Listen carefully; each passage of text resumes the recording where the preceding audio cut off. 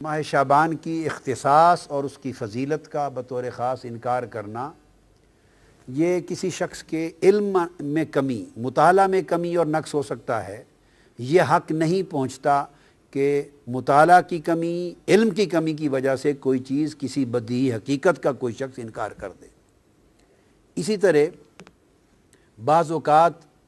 بعض لوگ، بعض سپیکرز، بعض اسکالرز، بعض تبلیغ کرنے والے، خطاب کرنے والے بے دھڑک کہہ دیتے ہیں کہ شب برات کی کوئی حقیقت نہیں ہے، اور 15 شعبان معظم یعنی شعبان کے نصف شب کی، جو نصف شعبان کی اس مبارک رات کی کوئی فضیلت، کوئی اہمیت اور کوئی تخصیص نہیں ہے، بے دھڑک بیان کر دیتے ہیں کہ یہ بھی سراسر زیادتی، اسلام پر زیادتی اور اپنی جہالت پر پردہ ڈالنے کے مترادف ہے۔ حضور علیہ السلام نے فرمایا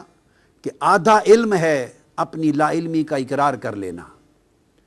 اگر کسی کے علم میں ایک چیز نہیں ہے اور وہ کہے کہ میرے مطالعہ میں نہیں گزری، تو یہ بڑی تقویٰ کی بات ہے، اچھی بات ہے۔ اہل علم کا شیوا ہے کہ یوں کہے کہ میرے علم میں نہیں آئی، میرے مطالعہ میں نہیں آئی۔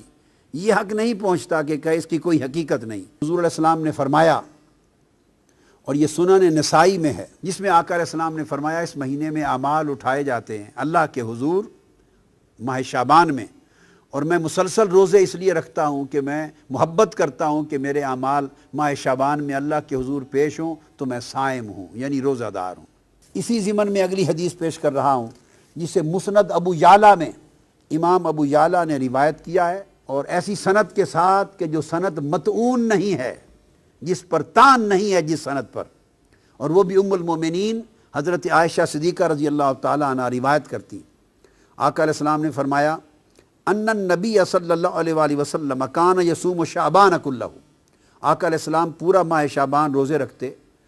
قالت قلت یا رسول اللہ صلی اللہ علیہ وسلم احب الشہور الیک ان تصومہ شعبان، سارے مہینوں سے زیادہ روزے رکھنے کے اعتبار سے رمضان کے بعد آپ کو ماہ شعبان اتنا کیوں پسند ہے، اتنا محبوب کیوں ہے؟ یہاں آقا علیہ السلام نے دوسرا جواب دیا، یعنی ماہ شعبان کی دوسری فضیلت بیان فرمائی۔ فرمایا ان اللہ یکتب فیہ علی کل نفس میتۃ تلک السنۃ فاحب ان یأتینی اجلی وانا صائم۔ فرمایا کہ اے عائشہ، اس مہینے ہر وہ شخص میتہ، ہر وہ شخص جو مرنے والا ہے، جس پر موت آنی ہے، ہر مرنے والے شخص کی اس سال میں اللہ تبارک و تعالی وہ شخص لکھ دیا جاتا ہے۔ یعنی جس شخص کی 15 شعبان معظم کے بعد، اس مہینے کے بعد اگلے سال کے ماہ شعبان تک جس شخص کے لیے موت مقدر کر دی گئی ہے، لکھ دی گئی ہے، اور ملک الموت نے اس کی روح کو اگلے سال میں آ کے قبض کرنا ہے، آقا علیہ السلام نے فرمایا تو اس سال میں یہ لکھ دیا جاتا ہے کہ یہ لوگ ہیں جن کی روح اس سال میں قبض کی جائے گی۔ آقا نے فرمایا فَأُحِبُّ أَن يَأْتِيَنِي أَجَلِي وَأَنَا صَائِمٌ، تو میں چاہتا ہوں کہ میری اجل جب آئے، یعنی میری اجل کا وقت جب لکھا جائے تو میں اس وقت روزے کی حالت میں ہوں، میں پسند کرتا ہوں اس بات کو۔ تو آقا علیہ السلام نے اس کی ایک اور فضیلت بیان کی، اور امام ترمذی نے حضرت انس بن مالک رضی اللہ تعالیٰ عنہ سے اپنے اسناد کے ساتھ روایت کی۔ آقا نے فرمایا کہ افضل صوم بعد رمضان شعبان لتعظیم رمضان، کہ رمضان کے بعد سب سے افضل روزے شعبان کے ہیں، اس لیے کہ شعبان کی تعظیم رمضان کی وجہ سے ہے، یا شعبان کی فضیلت رمضان کی وجہ سے ہے۔ اب ان دو حدیثوں کے بعد میں اس وقت نصف شب رمضان کے موضوع پر ترمذی شریف کی طرف آ رہا ہوں۔ صحیح بخاری اور صحیح مسلم سے عمومی شعبان کی فضیلتیں بیان ہو چکی، اب صحیح سیاہ ستہ کی معتبر کتاب جامع ترمذی، سنن ترمذی، اس کی طرف آ رہے ہیں۔ اس کا باب 39۔ اب وہ لوگ اس پر توجہ کریں جن کا یہ خیال ہے کہ شب برات کا اور 15 شب شعبان کا کوئی وجود، کوئی حقیقت اور کوئی فضیلت اور کوئی تخصیص نہیں ہے۔ انہیں چاہیے کہ کتب حدیث کھول کے پڑھیں، یا اساتذہ کے پاس، شیوخ کے پاس زانو تلمذ طے کریں قبل اس کے کہ وہ جھوٹے فتوے جاری کریں جہالت پر مبنی۔ باب 39 امام ترمذی نے باب قائم کیا ہے، باب ما جاء فی لیلۃ النصف من شعبان، 15ویں شب شعبان کی فضیلت میں باب قائم کیا امام ترمذی نے، اور عنوان ہی یہ شب نصف شعبان قائم کیا اس عنوان کے ساتھ۔ اور آگے پھر امام ترمذی نے حدیث نقل کی ہے، جس حدیث کی راوی پھر ام المومنین حضرت عائشہ صدیقہ رضی اللہ تعالی عنہا ہیں، اور ان سے روایت کیا ہے حضرت عروہ نے، عن عروہ عن عائشہ رضی اللہ تعالی عنہا قالت فقدت رسول اللہ صلی اللہ علیہ وآلہ وسلم لیلۃ فخرجت فاذا هو بالبقیع۔ اب یہاں دو باتیں ثابت ہوں گی۔ ام المومنین عائشہ صدیقہ رضی اللہ تعالیٰ عنہ فرماتی ہیں اس 15 شعبان کی رات تھی، جسے ہم شب برات کہتے ہیں،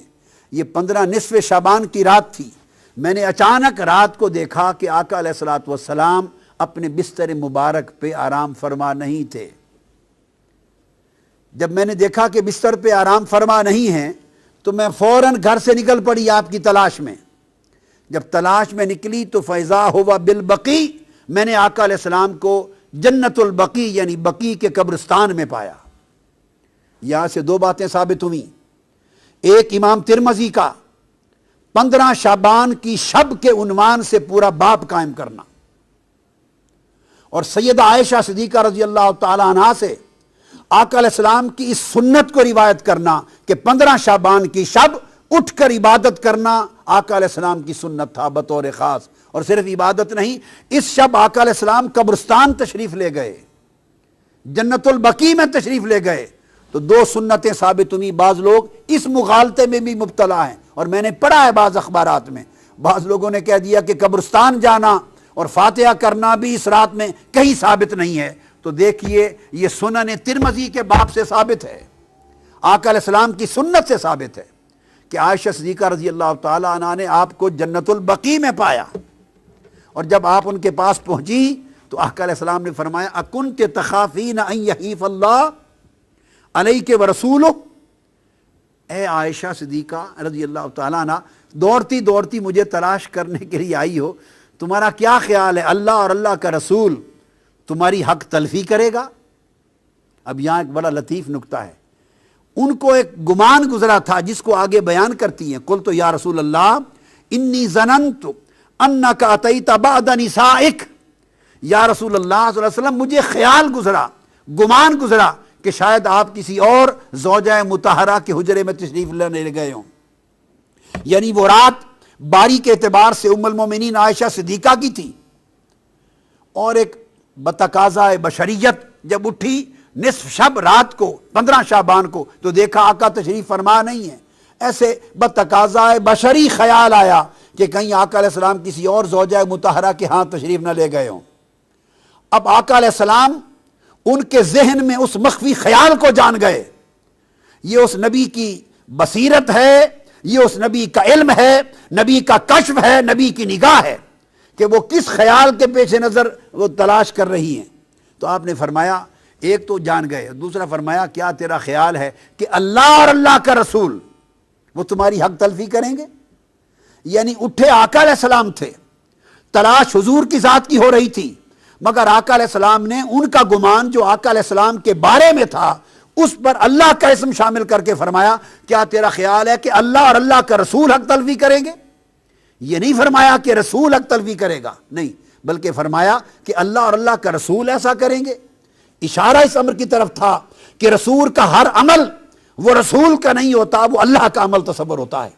اور رسول کی نسبت سوء ظن اللہ کی نسبت سوء ظن ہوتا ہے، رسول کا ادب اللہ کا ادب ہوتا ہے، اور رسول سے حسن ظن اور حسن ادب اللہ کے ساتھ حسن ظن اور حسن ادب ہوتا ہے۔ یہ مقام رسالت کا بھی اشارہ فرما دیا۔ انہوں نے جب عرض کیا یا رسول اللہ مجھے یہ گمان گزرا کہ شاید آپ کسی زوجہ مطہرہ کے ہاں تشریف نہ لے گئے ہوں، تو اس پر آقا علیہ السلام نے فرمایا نہیں، بات یہ ہے عائشہ، فقال ان اللہ عز وجل ینزل لیلۃ النصف من شعبان،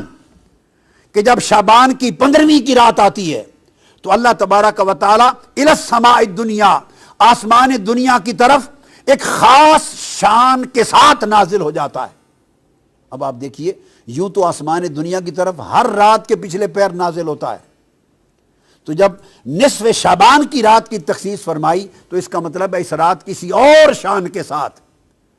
بڑی عظیم مغفرت کے اعلان کے ساتھ، عظیم رحمتوں کے اعلان کے ساتھ، عظیم عطا اور سخا کے اعلان کے ساتھ اتر آتا ہے فَيَغْفِرُ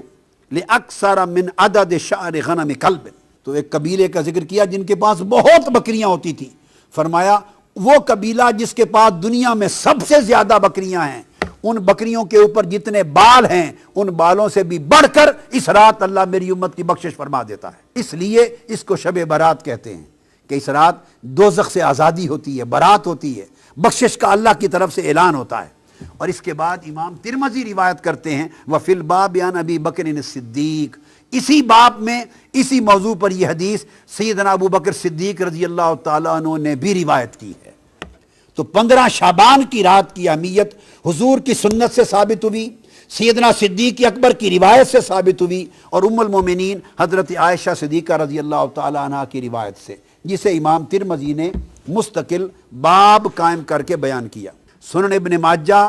اس کا باب سن لیجئے، باب ما جاء فی لیلۃ النصف من شعبان، 15ویں شعبان کی رات کے بارے میں بیان، یہ امام ابن ماجہ نے روایت کیا،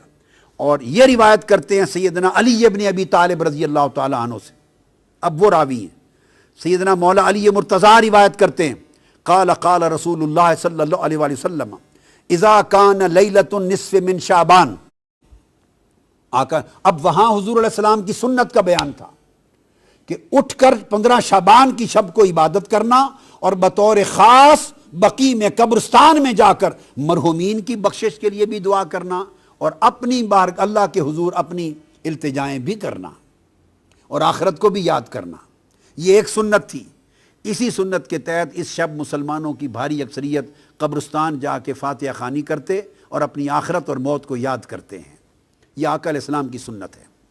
اب اس کے بعد سیدنا مولا علی المرتضیٰ عن علی ابن ابی طالب رضی اللہ تعالیٰ عنہ، آقا علیہ السلام نے فرمایا کہ جب شعبان کی 15ویں رات آتی ہے تو آقا فرمایا فقوموا لیلہا وصوموا نہارہا، جب 15ویں شعبان کی شب آئے، شب برات، تو لوگوں اس رات قیام کیا کرو، نوافل پڑھا کرو، عبادت کیا کرو، اور اس کے دن کو یعنی 15ویں شعبان کے دن کو روزہ رکھا کرو۔ کیوں؟ پھر آقا علیہ السلام نے سبب بیان کیا، فرمایا فَإِنَّ اللَّهَ يَنزِلُ فِيهَا لِغُرُوبِ الشَّمْسِ إِلَى سَمَاءِ الدُّنْيَا۔ اب فرق یہ ہے، ہر رات اور 15ویں شعبان کی رات میں فرق یہ ہے، ہر رات اللہ تعالیٰ نصف شب کے بعد جب آخری حصہ رات کا ایک تہائی رہ جاتا ہے تو آخر شب اپنا نزول اجلال فرماتا ہے، نزول رحمت فرماتا ہے، اور اس وقت آسمان دنیا پہ آ کے بندوں کی بخشش کے لیے ندا فرماتا ہے، یہ آخر شب ہے۔ اور 15 شعبان کی رات کی خصوصیت یہ ہے، آقا نے فرمایا ینزل فیہا لغروب الشمس الی سماء الدنیا، کہ ادھر سورج غروب ہوتا ہے 14ویں شعبان کا، تو غروب آفتاب کے ساتھ ہی اللہ تعالیٰ آسمان دنیا پر اپنی شان قدرت کے ساتھ نزول اجلال فرماتا ہے، اور طلوع فجر تک اللہ تعالیٰ انسانوں کے قریب آسمان دنیا پر آ کر لوگوں کی بخشش و مغفرت کا سامان فرماتے رہتے ہیں۔ فَيَقُول، اور اللہ پاک فرماتا ہے أَلَا مِن مُسْتَغْفِرٍ لِّي فَأَغْفِرَ لَهُ، 15 شعبان کی شب اللہ پاک غروب آفتاب کے بعد سے اعلان فرمانا شروع کرتے ہیں، ہے کوئی مجھ سے استغفار کرنے والا، گناہوں کی معافی مانگنے والا، سو میں اس کو معاف کر دوں۔ الا مسترزقن فارزقہ، ہے کوئی مجھ سے رزق طلب کرنے والا، سو میں اس کے رزق میں وسعت عطا کر دوں۔ الا مبتلا فاعافیہ، ہے کوئی مصائب و آلام میں مبتلا شخص مجھ سے مانگے سو میں اس کو عافیت عطا کر دوں۔ الا قضا الا قضا، ہے کوئی ایسا شخص، ہے کوئی ایسا شخص، یہ کہہ کے اللہ پاک اعلان فرماتا رہتا ہے اور اپنی عطا اور سخا کے دامن کو پھیلاتا رہتا ہے، حتیٰ یطلع الفجر، حتیٰ کہ فجر طلوع ہو جاتی۔ یہ امام ابن ماجہ نے باب قائم کیا۔ کثرت کے ساتھ اس سبجیکٹ پر احادیث آئی ہیں اور ائمہ حدیث نے ابواب قائم کیے ہیں کہ یہ گمان کرنا کہ اس کی کوئی حقیقت اور بنیاد نہیں، یہ سوائے جہالت اور لا علمی کے اور کتب حدیث اور ذخیرے حدیث سے بے خبر ہونے کی اور کسی چیز پہ دلالت نہیں کرتی۔ سب سے پہلے نئی ویڈیوز کو حاصل کرنے کے لیے شیخ الاسلام ڈاکٹر محمد طاہر القادری کے آفیشیل یوٹیوب چینل کو سبسکرائب کریں اور بیل آئیکن کلک کریں۔